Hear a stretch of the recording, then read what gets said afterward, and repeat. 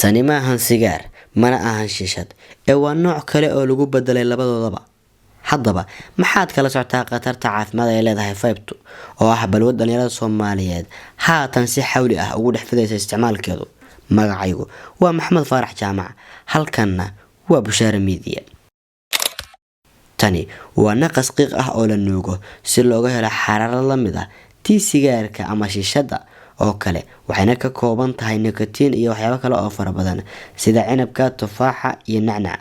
qof kasta waxa uu iibsadaa dhadhanka uu doonayo, dhalinyaraduna waxa ay ku jeceshahay vape-ka inuu fudud yahay, meel kastana ay u qaadan karaan oo aanu lahayn hawl badan sida balwadaha kale ee qiiqa leh, iyo inaanu lahayn ur badan oo qofka jirkiisa ku haraya marka uu caba kadib.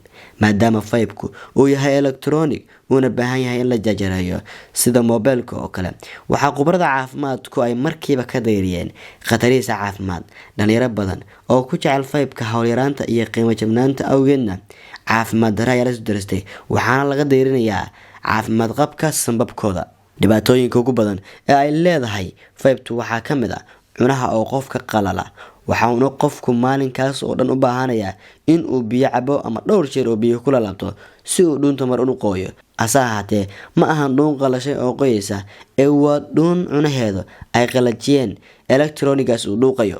tan kale, qufac ama raaxyo ayuu qofku la kulmaa marka uu isticmaalayo. daal iyo madax wareer ayaa nusi dheer iyo culays sanbabada uu ka dareemo. tan ugu daran ayaa ah in khatar caafimaad oo halis uu keeno oo ah xanuunka kansarka, taasi oo ka daran kuwa ay keenaan shishada iyo sigaarku.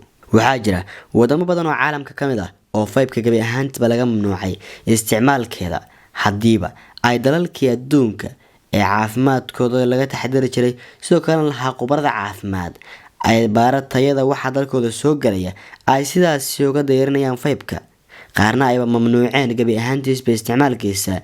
waxaa isweydiin mudan, waa sidee tayada vape-ka la keeno Soomaaliya iyadoo ognahay in waxa Soomaaliya la keeno ay aad uga hooseeyaan tayada kuwa dalalka caalamka loo dhoofiyo?